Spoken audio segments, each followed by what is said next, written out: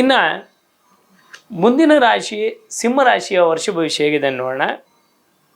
ನೋಡಿ, ಸಿಂಹರಾಶಿಯವರಿಗೆ ಸ್ವಲ್ಪ ತಂದೆ ಆರೋಗ್ಯದಲ್ಲಿ ಕಷ್ಟ ಉಂಟಾಗ್ತಕ್ಕಂಥದ್ದು, ವಿಶೇಷವಾಗಿ ಶತ್ರುಗಳಿಂದ ದೃಷ್ಟಿದೋಷ ಜಾಸ್ತಿ ಆಗುತ್ತೆ. ಎರಡನೇದಾಗಿ ವೈರಸ್ಗೆ ಸಂಬಂಧಪಟ್ಟಿದ್ದು ಅಂತ ಹೇಳ್ತಾರೆ.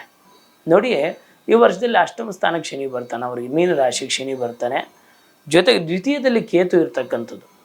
ಸಾಧಾರಣವಾಗಿ ದ್ವಿತೀಯದಲ್ಲಿ ಕೇತು ಇದ್ದರೆ ಆಕಸ್ಮಿಕವಾದ ಧನ ನಷ್ಟ ಅಂತ ಹೇಳ್ತಾನೆ, ಜೊತೆಗೆ ವಾಗ್ದೋಷ ಅಂತ ಹೇಳ್ತಾರೆ.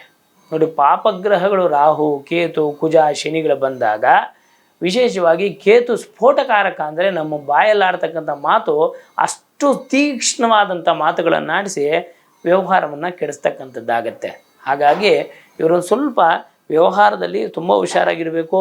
ಮತ್ತು ತುಂಬ ಪ್ರೆಷರ್ ಜಾಸ್ತಿ ಇರುತ್ತೆ ಈ ವರ್ಷದಲ್ಲಿ ಸಿಂಹರಾಶಿಯವರಿಗೆ. ಮಾರ್ಚ್ ಕಳೆದ ನಂತರ ಒಳ್ಳೆಯದುಂಟಾಗತ್ತೆ. ಅದೇ ರೀತಿಯಾಗಿ ವೈರಸ್ಸಿಗೆ ಸಂಬಂಧಪಟ್ಟಿದ್ದು, ಅಂದರೆ ಹೊಟ್ಟೆಯಲ್ಲಿ ವೈರಲ್ ಇನ್ಫೆಕ್ಷನ್ ಆಗ್ತಕ್ಕಂಥದ್ದು ಜಾಸ್ತಿ ಇರುತ್ತೆ.